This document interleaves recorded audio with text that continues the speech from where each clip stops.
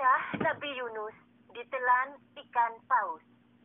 Nabi Yunus alaihi salam merupakan salah satu nabi yang diutus oleh Allah Subhanahu wa taala untuk mengajak penduduk Ninawa agar beriman.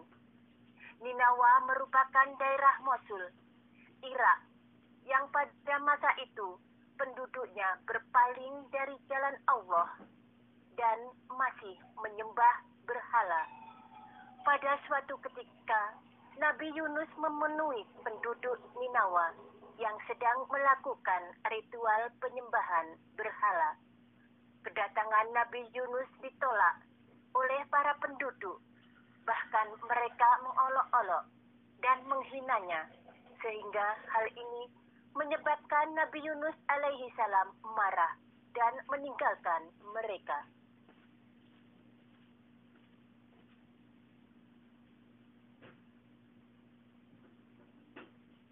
Kemudian Allah Subhanahu wa taala meminta Nabi Yunus untuk memberitahukan kepada kaumnya bahwa Allah akan memberikan azab. Saat meninggalkan kampung Ninawa, Nabi Yunus sudah tidak mengharapkan keimanan para penduduknya. Beliau pergi dengan perasaan penuh amarah dan kecewa dengan kaumnya. Setelah penduduk mengetahui bahwa Nabi Yunus telah pergi, maka azab benar-benar diturunkan oleh Allah Subhanahu wa taala. Para penduduk sadar bahwa azab itu datangnya dari Allah Subhanahu wa taala. Maka sejak itu mereka memutuskan untuk bertobat kepada Allah Subhanahu wa taala. Ketika azab datang, Allah Subhanahu wa taala melihat adanya kejujuran taubat yang dilakukan oleh kaum wanita, laki-laki dan anak-anak yang berdoa menyebut nama Allah Subhanahu wa taala. Mereka berdoa kepada Allah Subhanahu wa taala karena takut akan azab yang akan menimpanya. Sehingga Allah Subhanahu wa taala menghentikan azab tersebut. Sebagaimana yang tertajuk dalam salah satu surah Al-Qur'an berikut ini. A'udzu billahi minasy syaithanir rajim. Bismillahirrahmanirrahim. Falaula kanat qaryatun amanat fanafa'aha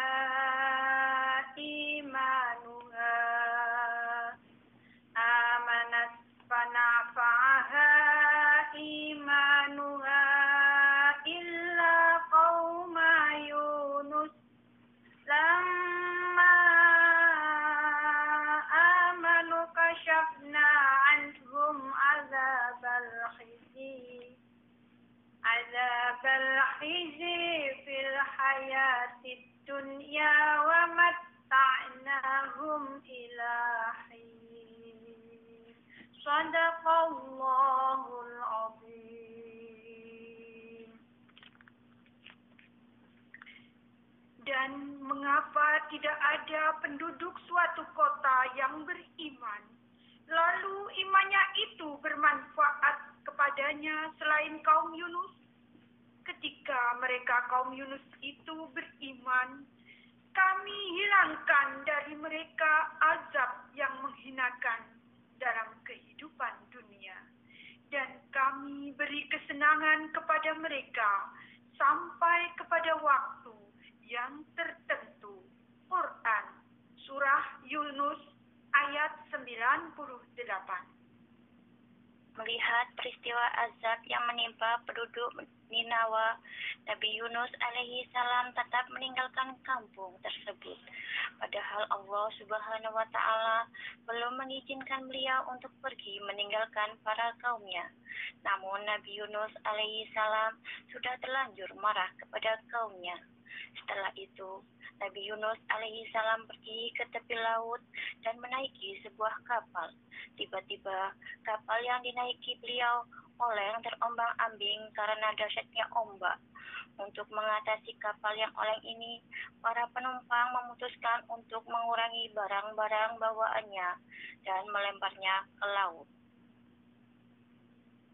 Barang-barang yang dilemparkan ke laut tak cukup untuk menampung beban, sehingga para penumpang membuat kesepakatan agar jumlah orang yang menumpang juga dikurangi dan salah satu harus melemparkan diri ke laut. Kemudian para penumpang kapal memutuskan untuk membuat undian. Hal ini disepakati bahwa siapa saja yang keluar namanya, maka harus bersedia melemparkan diri ke laut. Setelah dilakukan undian, maka nama Nabi Yunus yang keluar. Para penumpang tak enak hati apabila harus melihat Nabi Yunus yang harus melemparkan diri ke laut.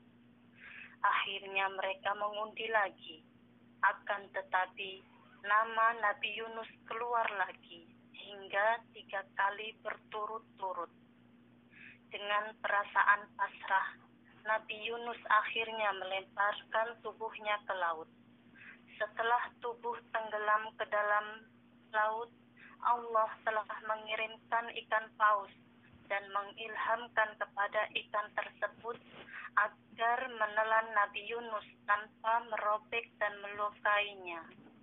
Akhirnya ikan paus tersebut benar-benar menelan Nabi Yunus tanpa merobek dagingnya dan mematahkan tulangnya.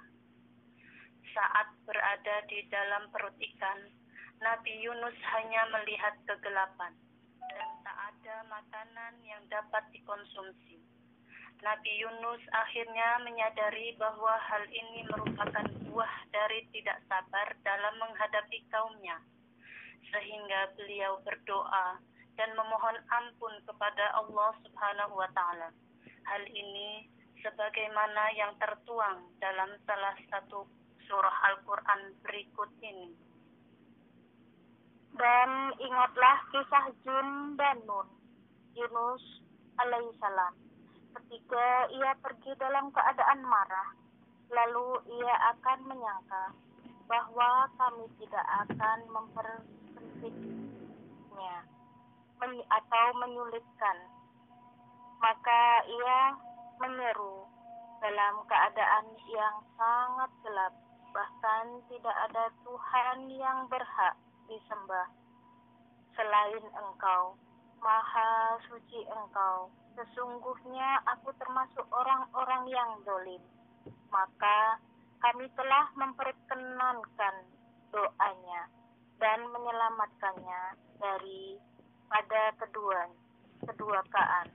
Dan demikian kami selamatkan orang-orang yang beriman. Quran Surah Al-Bayyinah ayat 87 sampai 88. Para ulama berselisih tentang berapa lama Nabi Yunus alaihi salam tinggal di dalam perut ikan. Menurut Qatadah, 3 hari. Menurut Abu Ja'far As-Sadiq, 7 hari. Sedangkan menurut Abu Malik, 40 hari. Mujahid berkata, dari Asy Sya'bi, ia telah ditelan di waktu duha dan dimuntahkan di waktu sore. Allah Subhanahu wa Ta'ala telah memperkenankan doa Nabi Yunus alaihi salam dan mengeluarkannya dari perut ikan. Nabi Yunus dilemparkan di pinggir laut yang tandus dalam keadaan sakit. Kemudian Allah Subhanahu wa Ta'ala menumbuhkan sebatang pohon dari jenis labu untuk beliau konsumsi. Sebagaimana dalam salah satu surah Al-Quran, Allah Subhanahu wa Ta'ala berfirman, Bismillahirrahmanirrahim. Lalabisa fi batnihi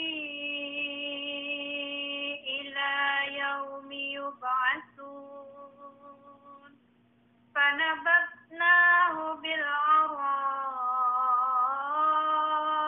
وهو سقيم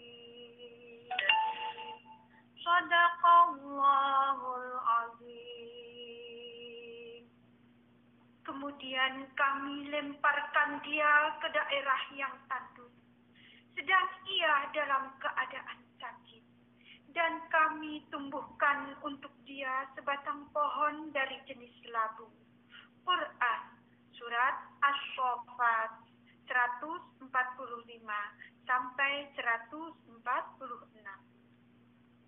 Setelah itu, Nabi Yunus alaihi salam diperintahkan oleh Allah Subhanahu wa taala untuk kembali menemui kaumnya. Hal ini dilakukan untuk memberitahu bahwa Allah Subhanahu wa taala telah menerima taubat para penduduk. Di samping itu, Allah Subhanahu wa taala juga akan memberikan mereka kenikmatan hidup hingga waktu tertentu, sebagaimana dalam salah satu surat Al-Qur'an sebagai berikut.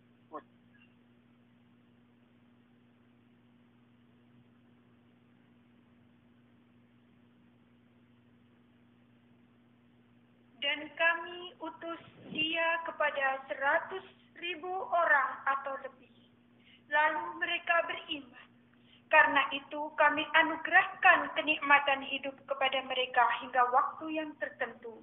Quran Surah As-Saffat ayat 147 sampai ayat 148. Semoga kita bisa ambil hikmah dari kisah Nabi Yunus ini, membuat kita semua semakin meningkatkan iman dan takwa kita kepada Allah Subhanahu wa ta'ala.